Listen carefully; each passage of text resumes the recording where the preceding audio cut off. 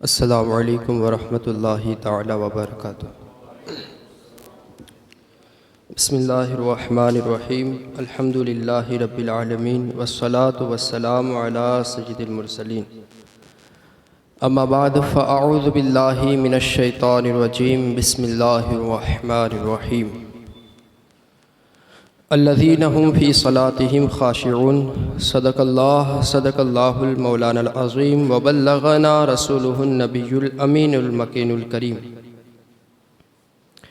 व नहनु अला ज़ालिका लमिनश शाहिदीन वश्शाकिरीन वल हामिदीन वल्हम्दुलिल्लाहि रब्बिल आलमीन। बाद तौहीद के मतवालो, शम्ए रिसालत के परवानों, गौसो ख्वाजा व रज़ा के चाहने वालों, आइए कुछ अर्ज़ करूँ उससे कबल आका नामदार, मदीने के ताजदार, दोनों आलम के मालिक और मुख्तार मुस्तफ़ा जान रहमत शम्ए बज़्म हिदायत की बारगाह में अपनी ग़ुलामी का सबूत देते हुए दुरूद पढ़े। अल्लाहुम्मा सल्लि अला सय्यिदिना व मौलाना मुहम्मदिन मादिनिल जूदि वल करम वालिहिल किराम व इब्निहिल करीम व बारिक वसल्लिम। हज़रात, आज जिस उन्वान के तहत मुझे आपसे बात करनी है वो कुछ मसाइल हैं, उसके ऊपर मेरा ख़याल है कि आपकी तवज्जो दिलाऊं, जिसके अंदर उमूमन अवाम फंसी हुई है और ख़वास भी इसके ऊपर फंसे हुए हैं। जैसे कि नमाज में खुजालना, नमाज के अंदर कपड़े का ध्यान ख्याल करना, नमाज के अंदर कपड़े का ध्यान रखते उसे समेट लेना, ये सारी बाबतें जो हम करते हैं। नमाज में दाएं बाएं झूमना वगैरह, ये सारी चीज़ें। पहले मैं आपको बताऊं नमाज के बारे में किस तरह से हमें ट्रेन किया गया है और क्या कहा गया है कि नमाज कैसी होनी चाहिए।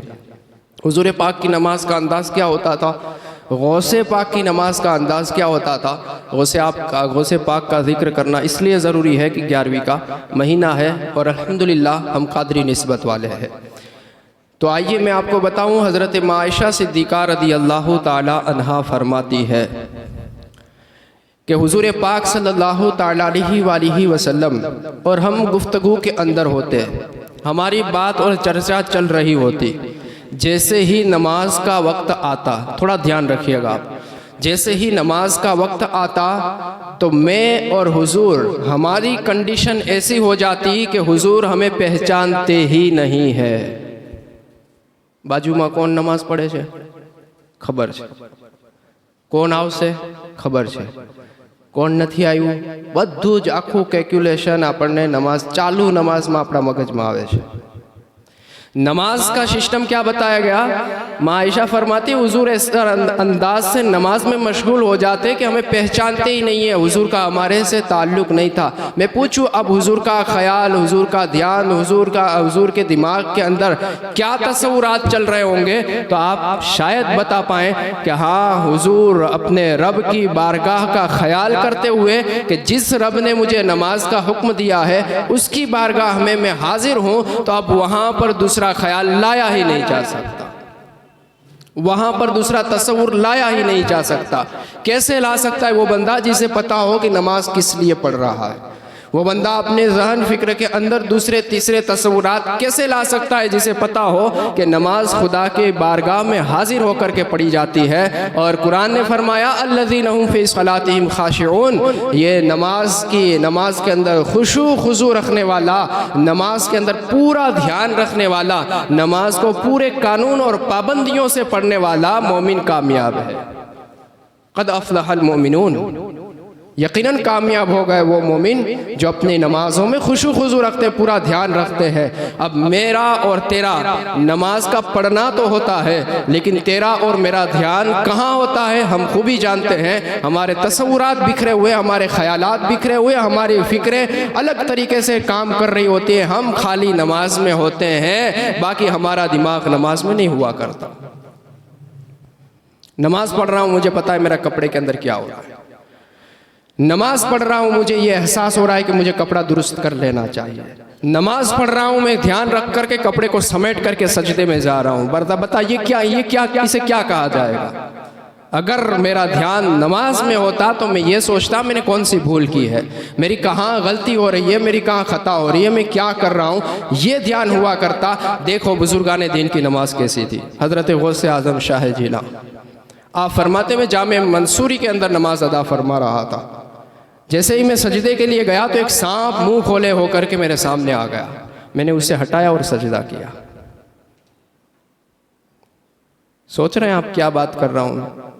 सांप को हटाया, मैंने सजदा किया। इसी तरह मैंने पूरी नमाज पूरी कर ली, ख़त्म कर ली। वो सांप जैसे ही मैंने सलाम फिरा वो गायब हो गया। दूसरे दिन में जामे मंसूरी में आया तो उसके दरवाजे के ऊपर एक इंसान नुमा खड़ा था और मुझे लगा कि ये कोई इंसान नहीं, कोई और मखलूक है। मैंने उससे पूछ लिया, बता तू कौन है? कहा मैं वही जिन्नात हूँ जो कल तुम्हारी नमाज में सजदे की जगह पर आया और मैंने इस रूप को धारण करके कई सारों को बहका दिया है, लेकिन गौस आज़म अब्दुल कादिर तुम नहीं बहक सके, मैं तुम्हें ना बहका सका। फिर वो जिन्नात ताइब तौबा करके गौस आज़म के मुरीदों में दाखिल होता। ये गौस आज़म की नमाज है। गौस आज़म के मुरीद की नमाज कौन सी है? गौस आज़म के मुरीद की तो नहीं, गौस आज़म का मुरीद कहलाने वाला, उसकी नमाज की अदा और कंडीशन क्या है उसे ये ध्यान रहता है मैं किस कंडीशन में हूँ। इसे अपनी नमाज की कोई फिक्र नहीं है, उसे कोई ख्याल कोई फिक्र नहीं है कि नमाज कैसी होनी चाहिए। गौस आज़म रज़ी अल्लाह ताला अन्हु की नमाज इस अंदाज की हुआ करती थी। फिर गौस आज़म मुरीदीन फरमाते हैं कि गौस आज़म को हमने देखा एक मरतबा जामे मंसूरी से आप तशरीफ़ लाते हैं। तशरीफ़ लाने के बाद अचानक अपने शरीर में हाथ डाला, चादर मुबारक के अंदर हाथ डाला और एक बिच्छू काट करके फेंका। फिर कहा बिच्छू अल्लाह के हुक्म से मर जा। ये करामत आपने सुनी हुई है, कुम बिइज़्निल्लाह, अल्लाह के हुक्म से मुर्दा जिंदा हो जा। लेकिन ये भी आप सुने कि गौस आज़म ने यह भी कहा कि अल्लाह के हुक्म से मर जा। बिच्छू से कहा। लोगों ने कहा हज़रत क्या मामला था? कहा जामे मंसूरी से मेरे घर तक, मेरी खानका तक आने तक इसी बिच्छू ने मुझे 60 मरतबा डंक मारे हैं। कितनी मरतबा? 60 मरतबा। बीमार होना, हम बीमार मरीज, और इंजेक्शन डॉक्टर को लगाना हो तो हालत ख़राब हो जाती है। जिसके अंदर जहर नहीं होता है, जिसके अंदर हमारे शरीर के अंदर की बीमारी को दूर करने का इलाज होता है, हमारी शिफा का एक जरिया होता है, उसी इंजेक्शन से हमें डर लगता है कि मेरी चमड़ी काट करके वो अंदर जाएगा इंजेक्शन, मुझे तकलीफ का एहसास होता है। आप ज़रा सोचे बिच्छू किसे कहा जाता है? गौस आज़म को 60 मरतबा डसा, लेकिन नमाज में फ़र्क नहीं आया। क्यों? ध्यान नमाज में था।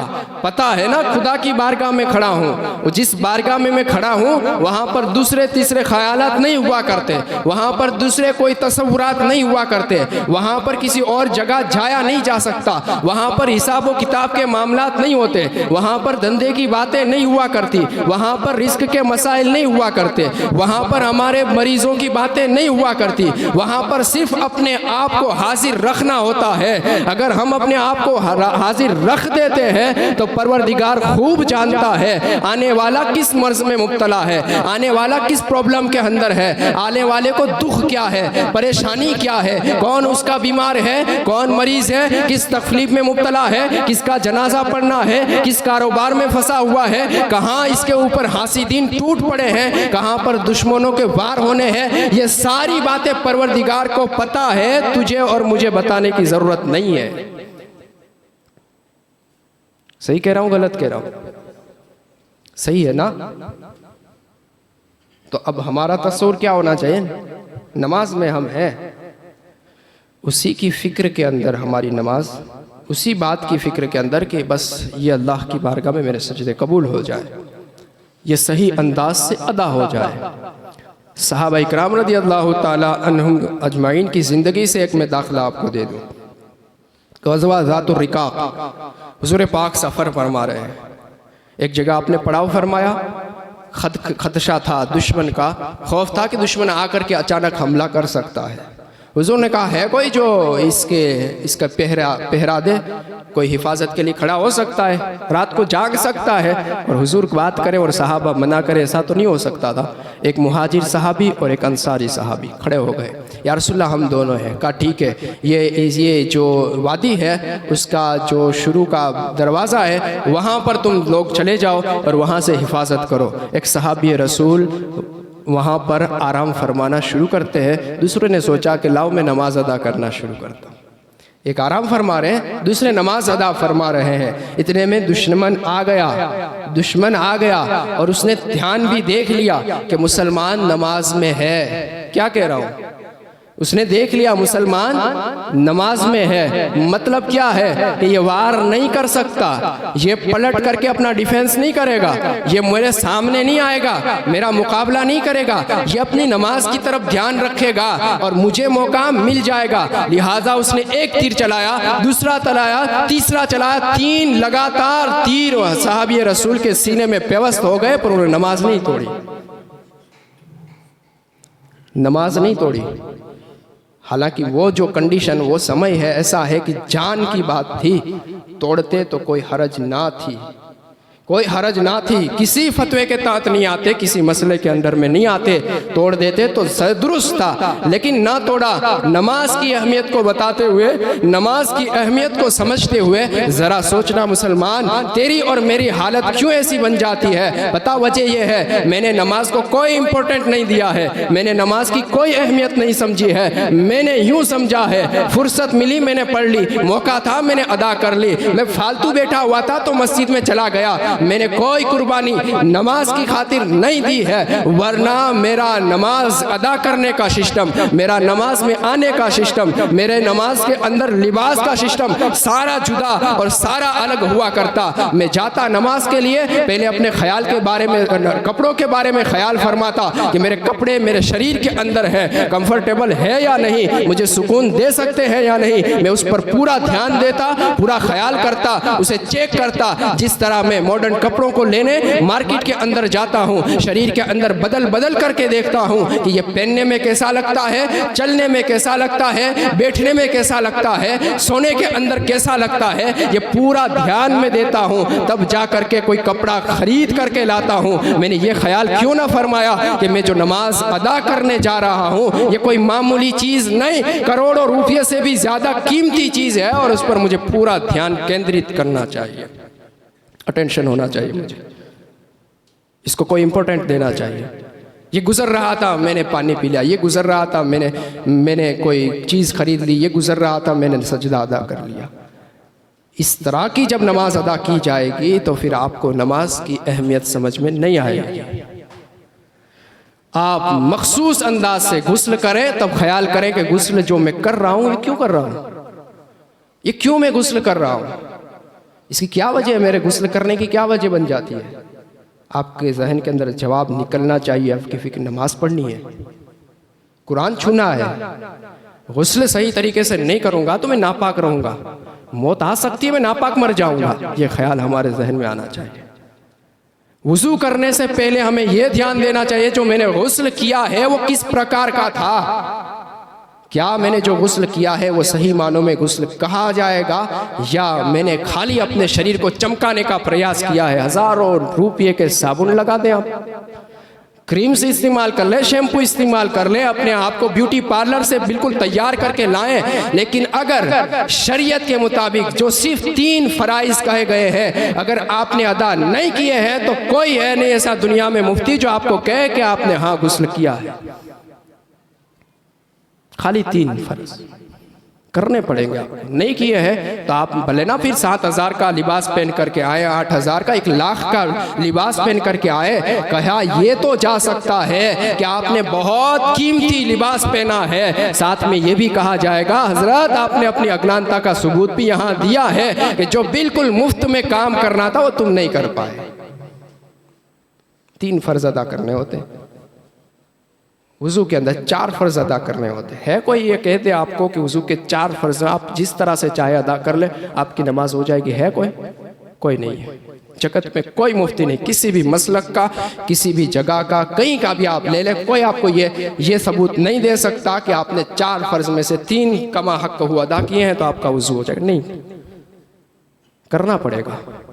3 गुस्ल के, 4 वुज़ू के, फिर आप आए हैं नमाज के अंदर, तो वो नमाज का अंदाज कैसा होना चाहिए। एक बुढ़िया की बात सुनाओ, हैरत होती है यार, किस समय के अंदर, किस टाइम के अंदर हम जी रहे हैं। हज़रत अब्दुल्ला इब्ने मुबारक, आप बहुत बड़े मुहद्दिस हैं, अब्दुल्ला इब्ने मुबारक फरमाते, मेरा बचपने का टाइम था, बचपने के टाइम के अंदर मैंने एक बूढ़ी औरत को नमाज पढ़ते देखा। अम्मा ने नमाज अदा फरमा ली तो उनके शरीर से उन्होंने बिच्छू निकाला जो उनको बार बार डस रहा था। मैंने कहा अम्मा, आपको ये तकलीफ दे रहा था तो आप उसे निकाल देती, नमाज पढ़ रही थी। कहा बेटा अब्दुल्ला इब्ने मुबारक, ये जो मैं काम कर रही थी जिसे नमाज कहा जाता है, वो मामला मेरा और खुदा का था, मेरा और खुदा का था। मैं खुदा की बारगाह में बिजी, मशगूलियत मेरी वहाँ की थी, और ये जो बिच्छू मुझे काट रहा था, मामला मेरा और बिच्छू का था। बता इम्पोर्टेंट कौन सी चीज़ है, खुदा और मेरे मामले की है या मेरे और बिच्छू के मामले की है। खुदा की बारगाह में मखलूक की कोई वक़्त नहीं हुआ करती, मैं कैसे ध्यान देती उस बिच्छू की तरफ जो मेरे काट रहा था। मेरी तेरी क्या सोच है? नमाज पढ़े दाढ़ी सही कर रहे हैं, नमाज पढ़ रहे हैं टोपी सही कर रहे हैं, नमाज पढ़ रहे हैं, हम अपने शरीर के ऊपर ध्यान दे रहे हैं, आजू बाजू अगल बगल वाले को देख रहे हैं, इस तरह हमारी नमाज अदा हो रही है। अच्छा, फिर मसला भी नहीं पता, मसला भी नहीं पता कि ये अंदाज जो हम कर रहे हैं उसके अंदर हमारी नमाज होती है या नहीं होती, हमारी नमाज को किस अंदाज की नमाज कहा जाएगा, ये सारा हमें कोई ख्याल नहीं होता। अब कैसे ख्याल होगा जब हम वीकली नमाज पढ़ेंगे, इवेंट्स के मौके पर हम नमाज पढ़ेंगे, तो ये कैसे हमें पता होगा। रोज़ाना अगर आप 5 वक्त इसकी पहरादारी करेंगे अपने फ़राइज़ की, तब जाके तुम्हें एहसास होगा कि जो फजर के लिए मैंने नींद कुर्बान की थी वो मेरी फजर की नमाज अदा नहीं हुई है, तो अदा कैसे होती है आपकी फिक्र जागेगी। जोहर का वक्त आप देंगे, असर का वक्त देंगे, मगरिब का देंगे, इशा का देंगे, और आपको ख्याल आएगा यार मैं वक्त दे रहा हूं, तो जिस चीज़ के पीछे मैं वक्त दे रहा हूं वो वक्त कहीं फालतू तो नहीं जा रहा है, तो आप उसे सीखने की कोशिश करेंगे। बताइए, आपने 1 महीना काम किया, आपको मजदूरी जो पर डे 500 रुपये देनी थी उसकी जगह काट करके 350 रुपये दी गई। प्रश्न आएगा कि नहीं? आप करेंगे नहीं करेंगे? શું કામ ભાઈ આ હિસાબમાં ગોટાળો શું કામ આવે છે? વાત તો 500 ની થઈ હતી, તો 15,000 કેમ ન થયા? આ માઇનस કેમ? सामने वाला आपसे कहेगा ना, जिसके तहत मातहत आप काम कर रहे हैं, भाई आपकी ये भूल थी, आप इतने दिन गैर हाजिर रहे थे, आप इतने दिन नहीं आए, आप आए तो ये जो सारा काम आपने किया था वो वक्त पर नहीं किया था, आप गैर हाजिर थे, इसकी वजह से। बताइए आप दूसरे मंथ क्या करेंगे? दूसरे महीने क्या करेंगे? आपके पास एक कानून का लिस्ट होगा जो आप आकर के अपने जीवन साथी को देंगे। सुबह में मुझे 9 बजे नहीं 7 बजे उठाना, 2 घंटे में अपनी ज़रूरियात से फारिग होऊंगा, 9 बजे मुझे हाजिर होना है। ध्यान रखना, मुझे सोने का टाइम 10 बजे का रात में कर देना है। अब मैं जाग नहीं पाऊंगा, तुम्हारी जो ज़रूरतें हैं तुम पूरी कर लेना, अपने सारे सिस्टम सोशल सामाजिक जो भी हो वो तुम कर लेना, मुझे वहाँ पर परेशान नहीं करना। मुझे पर मंथ 15,000 रुपये चाहिए, महीने के चाहिए, अगर मैं नहीं जाऊंगा तो मेरा ये इतना सारा नुकसान होता है। ध्यान देंगे ना आप? दूसरे महीने से आपका सिस्टम बदलना शुरू हो जाएगा। यहां पर नमाज में नहीं, चेंज नहीं करना ही नहीं है। पता कितनी हमारी अज्ञानता है। शरीयत जो कहते हैं ना, शरीयत इसका मतलब होता है तरीका, इसका मतलब होता है रिवाज। किसका रिवाज और किसका तरीका? कुरान और हदीस का, अल्लाह और रसूल का। वहां पर मैंने और आपने क्या रखा हुआ है? अपना जाती, बाप का, दादा का, परदादा का, देखा देखी, इसका उसका, इधर का उधर का, ये सारा हम ला करके नमाज अदा कर रहे हैं। नमाज अदा होनी है? बिल्कुल नहीं होनी है, बिल्कुल नहीं होनी है। हुजूर ने साफ फरमाया, सल्लू कमा रअयतुमुनी, नमाज ऐसे पढ़ो, ऐसे इस अंदाज से पढ़ो जिस तरह तुम मुझे देखते हो। नमाज इस अंदाज से पढ़नी होगी जैसी हुजूर ने पढ़ी है। अगर उसके सिवा की नमाज अदा की जाती है, नमाज नहीं होती है। उठक बैठक ज़रूर होती है, हमारी एक्सरसाइज ज़रूर होती है, कसरत हमारी जो हो जाती है, बाकी नमाज अदा नहीं होती है। इसे नमाज नहीं कहा जाता है। नमाज के अंदर खुशू खुजू का पूरा ध्यान रखना ज़रूरी है। नमाज के अंदर बंदे को ज़रूरत पड़ जाती है, कभी कभी खुजली आ जाती है, खुजालने की ज़रूरत पड़ जाती है। देखिए शरीयत कितना ध्यान रखती है कि बंदे की ज़रूरत है ना, तो ये ज़रूरत उसको परेशान कर सकती है, तो नमाज में उसका ध्यान नहीं रहेगा, ध्यान जाएगा कि मुझे यहाँ खुजाल आ रहा है। तो शरीयत ने एक नियम दिया है, कानून दिया है। क़याम आपका रुकन है, रुकू आपका रुकन है, सजदा आपका रुकन है, कायदा जिसमें आप बैठे हैं ये आपका रुकन है। एक सजदा रुकन है, दूसरा सजदा भी रुकन है। शरीयत ने कानून बना करके दिया, एक रुकन के अंदर आपको खुजली आए तो आप 2 मरतबा खुजाल सकते हैं। तीसरी मरतबा जब आप खुजालेंगे उस वक्त आपकी नमाज ख़त्म हो जाती है, नमाज फासिद हो जाती है। ध्यान दीजिएगा कि हमने जितनी सारी नमाज़ें पढ़ी है उसमें ये सारे काम मैंने कितनी मरतबा, खुजली मैंने बात की है, वरना ये आपने खुजाला है, ये दाढ़ी सही की है, ये कान सही किया है, ये अमामा टोपी सही की है, तो ये सारा उसी के अंडर में आता है।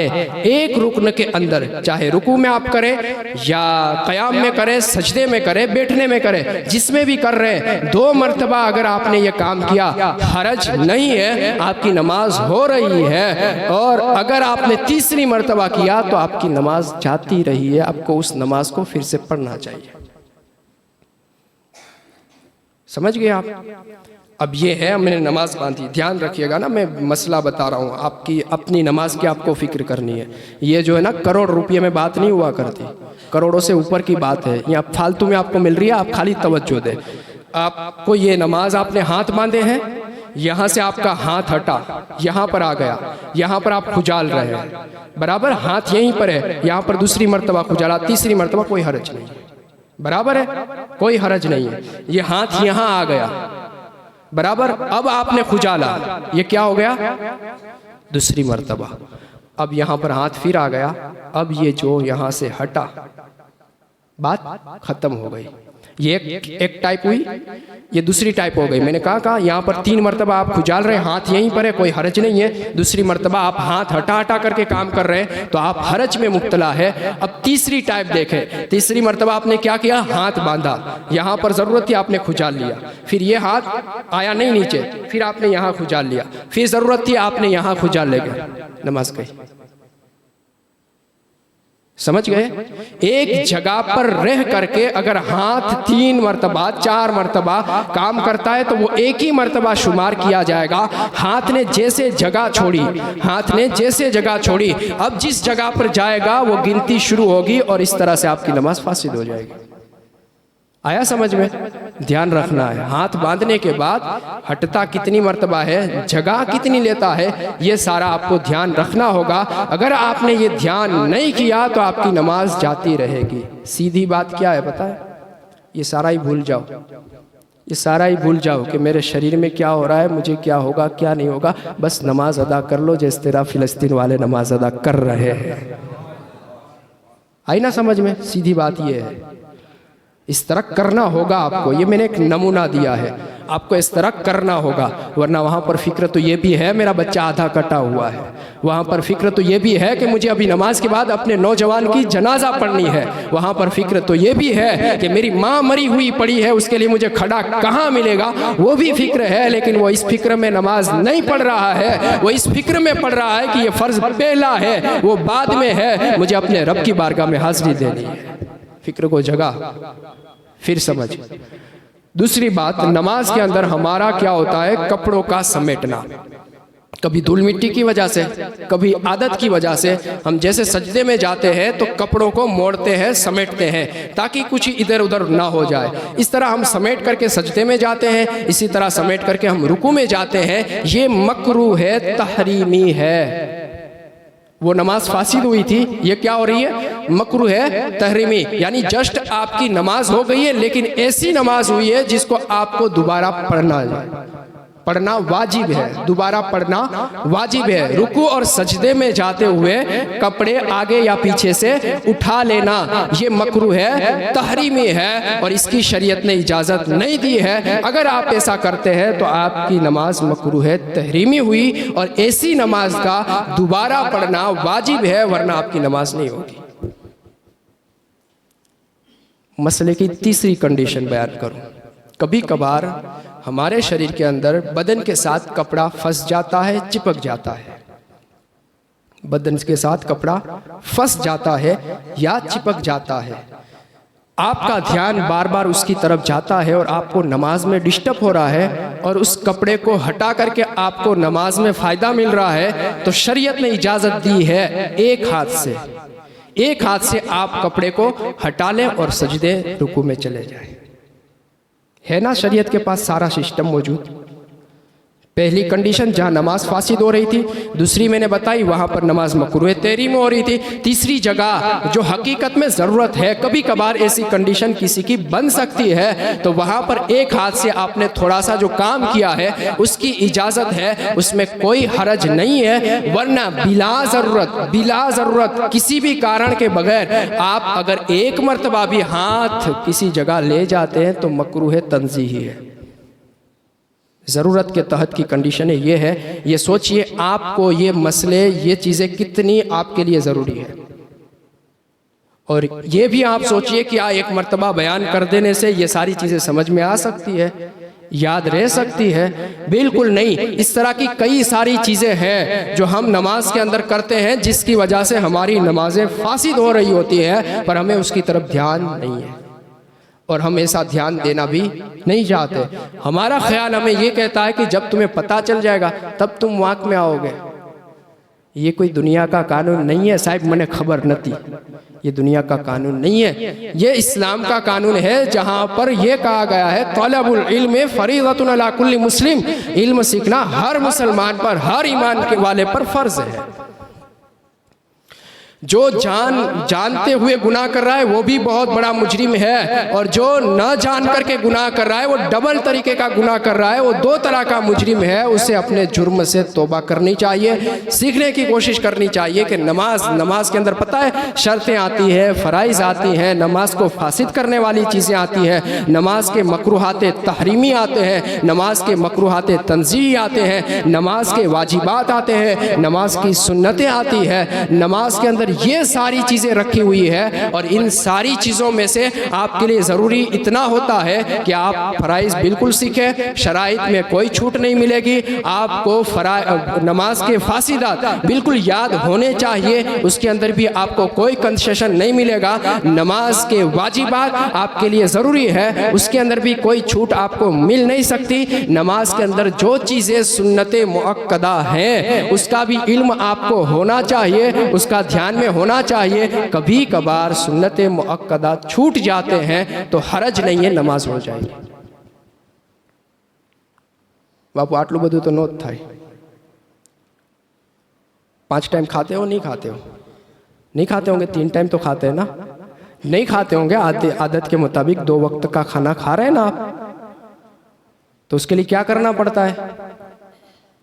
इज्जत के साथ या जिल्लत के साथ, इज्जत के साथ या जिल्लत के साथ रोज़ी कमानी पड़ती है, रोज़ी कमानी पड़ती है। उसके बाद हमारा सिस्टम, हमारा रोलिंग चलता है। अगर नहीं कमाएंगे तो रुक जाएगा सिस्टम, मामला बिगड़ जाएंगे और हम हैरानी में फंस जाएंगे। तो ये भी याद रख ले, दुनिया के अंदर अगर ज़िंदगी गुजर ही जा रही है तो आखिरत तो आने ही वाली है। वहाँ पर ये कहा जाएगा क्या करके आए हो, क्या लेकर के आए हो। एक फ़र्ज़ दिया था वो भी अदा नहीं हुआ।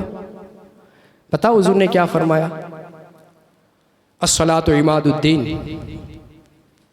नमाज दीन का सुतून है, पिलर है, खंभा है। मन अकामहा अकामद्दीन, जिसने उसे कायम किया, नमाज को जिसने कायम किया उसने दीन को कायम किया, और जिसने नमाज को छोड़ा उसने दीन को ढाने की कोशिश की है। ढा तो क्या पाओगे आप? कोई नहीं, कितने सारे दुश्मन फिर रहे हैं, दीन नहीं ढा पाए, दीनदार को, दीन को नहीं बिगाड़ पाए। मैं और आप क्या बिगाड़ सकते हैं? हुजूर ने फरमाया दीन का सुतून है। सबसे प्यारी चीज़, हुजूर से पूछा गया हुजूर सबसे प्यारी चीज़ कौन सी है? दीन इस्लाम के अंदर बड़ी सारी खूबसूरतियाँ हैं। हुजूर ने फरमाया नमाज। फिक्र कर इसकी और इसको पढ़ने की कोशिश कर। बहुत सारी गपशपें हम कर लेते हैं, बहुत सारी फ़िक्रों में हम घूमे हुए हैं, बहुत सारा मोबाइल का इस्तेमाल करके 50-60 खबरें हम फ़िलिस्तीन की देख ही लेते हैं, लेकिन इसका कोई फ़ायदा नहीं है। अपनी फ़िक्र कर, अपनी फ़िक्र कर कि ये जो हालत इनकी दुनिया में हो रही है तो इनको तो फ़ायदा हो जाने वाला है, अल्लाह उसे आखिरत में जज़ा अता फरमाएगा। लेकिन मैं जो यहाँ पर सुकून के सांसें लेने की खातिर इधर उधर मारा मारा फिर रहा हूँ और खुदा व रसूल के अहकाम की पाबंदी नहीं करता, तो वहाँ पर जो मेरी कंडीशन होने वाली है बहुत सख्त होने वाली है। अज़ाब के बारे में बयान किया गया कि जहन्नम के अंदर जो हथौड़ा है ना, हथौड़ा पूरी कायनात, पूरी दुनिया वाले मिल करके उस हथौड़े को उठाए ना तो उठा नहीं सकते। पूरी दुनिया वाले मिल करके उस हथौड़े को उठाएं तो उठा नहीं सकते। और उसका मारने का तरीका, ज़र्ब का तरीका ये होगा कि अगर पहाड़ पर मारा जाएगा तो वो पत्थर से बना हुआ पहाड़ रेत की तरह हो जाएगा। इतना सख्त है जहन्नम, उसकी फ़िक्र करें। उसके अंदर तो मुझे भी जलना है, आपको भी जलना है, हमारे प्यारे प्यारे बच्चों को भी जलना है, हमारी जिससे मोहब्बत है उन लोगों को भी जलना है। तो उसकी फ़िक्र करें, अपने आप को भी हाजिर करें, नमाज सीखें, अपने अहलो अयाल को भी कहें। उसके लिए जो तुम रोज़ी रोटी की फ़िक्र करते हो, ये फ़िक्र तुम्हारे करने की ज़रूरत नहीं है। खुदा ने कहा जिम्मेदारी, जवाबदारी मेरी है। खुदा जिम्मेदारी ले रहा है। यार सोच तो ज़रा, आसमान ज़मीन को बनाने वाला, 18,000 मखलूक़ात को पालने वाला, इतनी बड़ी कायनात को बनाने वाला परवरदिगार कह रहा है कि मैं जिम्मेदारी ले रहा हूँ। तो थोड़ा अक्ल तो लगा कि अगर ये आसान होता तो खुदा ये अपने ऊपर जिम्मेदारी लेता क्यों? यकीनन ये मुश्किल है तो खुदा ने कहा मुश्किल में तेरे सर पर नहीं डालता। ला युकल्लिफुल्लाहु नफ्सन इल्ला वुस्अहा, बंदे मैं तुझे काम इतना ही देता हूँ जो तू कर सकता है। ये तेरी बेवकूफ़ी रही कि तूने मेरी जिम्मेदारियों के अंदर हाथ डाला और तू कहता है खुदा रहने दे, रिस्क मैं कमा लूँगा। जब तूने यह सिस्टम अपनाया है तो दरबदरी तुझसे हो रही है, हाथ फैलाने की ज़रूरत फैल रही है, कहीं लालच हो रही है, कहीं तेरे साथ स्कैम हो रहे हैं, कहीं तेरे साथ ब्लेम्स हो रहे हैं, बहुत कुछ तेरे साथ हो रहा है। वजह यह है कि तुझे जो करना था तूने नहीं किया, खुदा जो कर रहा था उसके अंदर तूने इंटरफेयर करने की कोशिश की, तो नहीं हुआ ना फ़ायदा, तो आप कामयाब नहीं हो सकते। कुरान क्या कहता है? कद अफ़लहल मुमिनून, यकीनन कामयाब हो गए वो मुसलमान, अल्लज़ीना हुम फ़ी सलातिहिम ख़ाशिऊन, जो अपनी नमाज के साथ, नमाज के अंदर खुशू खुजू को रखते हैं, बिल्कुल नमाज के हुकूक अदा करते हैं और नमाज पढ़ते हैं। आपको दावत दूंगा, आप नमाज़ों को कायम करें, मस्जिदों को आबाद करें। मस्जिदों को आप आबाद करेंगे तो यकीनन मस्जिदें बची जाएंगी। आप